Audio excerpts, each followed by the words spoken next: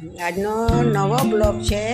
આજે દિવસોથી પાતરા બનાવ્યું છે। આ પાતરાનો લોટ બાંધ્યો છે, ચોખાનો બેસન અંદર નાખીને આંબલી બધું નાખીને લીંબુનો રસ આંબલી આ પાતરા છે એને આવી રીતે રેસા કરી નાખીને આ રીતે તૈયાર કર્યો છે। આ તેરીના પાતરા કહેવાય છે। વર્ષમાં 2-4 વાર તેરીના પાતરા ખાવાથી રોગ પ્રતિકારક શક્તિ મળે છે।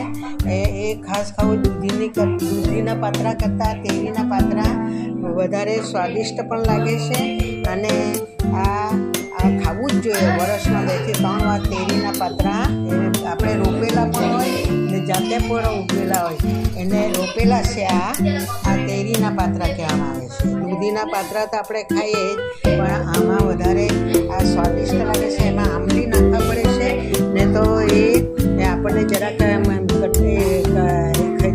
થાય છે, કડે છે એવું કહેવામાં। આ આંબલીનો રસ છે એ નાખીને આ લોટ બનાવ્યો છે। અત્યારે બનાવું છું।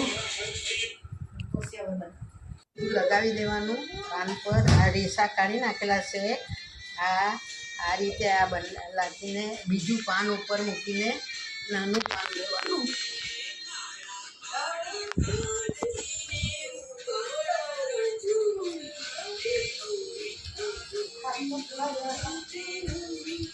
આ બીજું પાન લીધું છે ઉપર, એમાં આ લગાવીને આ રીતે બધે લગાવી દેવાનું આ રીતે ને પછી આ રીતે વારવાનું।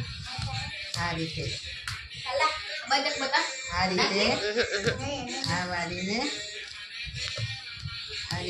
વારીને ને પછી આના પર પણ લગાવવાનું। પછી આમ વારતા જાય એવી રીતે એને છૂટવા નહીં જોઈએ, છૂટું નહીં પડી જવા જોઈએ। પછી એને આ રીતે બનાવી દીધું છે। આ પછી બાફ્યા બરાબર એને કલાક સુધી બાફવાનું છે। આ રીતે એને બનાવ્યું છે, કલાક સુધી બાફવાનું છે। આને બહુ ભાવે છે, આને બહુ ભાવે। આ ટીના છે। આ બની ગયા છે, આ પાતરા બની ગયા છે। હમણાં બાફાવા માટે મૂકવા જાઉં છું। અત્યારે આ બફાઈ જાય પછી એને કાપીને તરવાનું છે। આ પાણી ગરમ થોડું કરી દીધું છે। આ અંદર એક કરીને મૂકવાનું છે, મોટા તે નીચે મૂકવાના।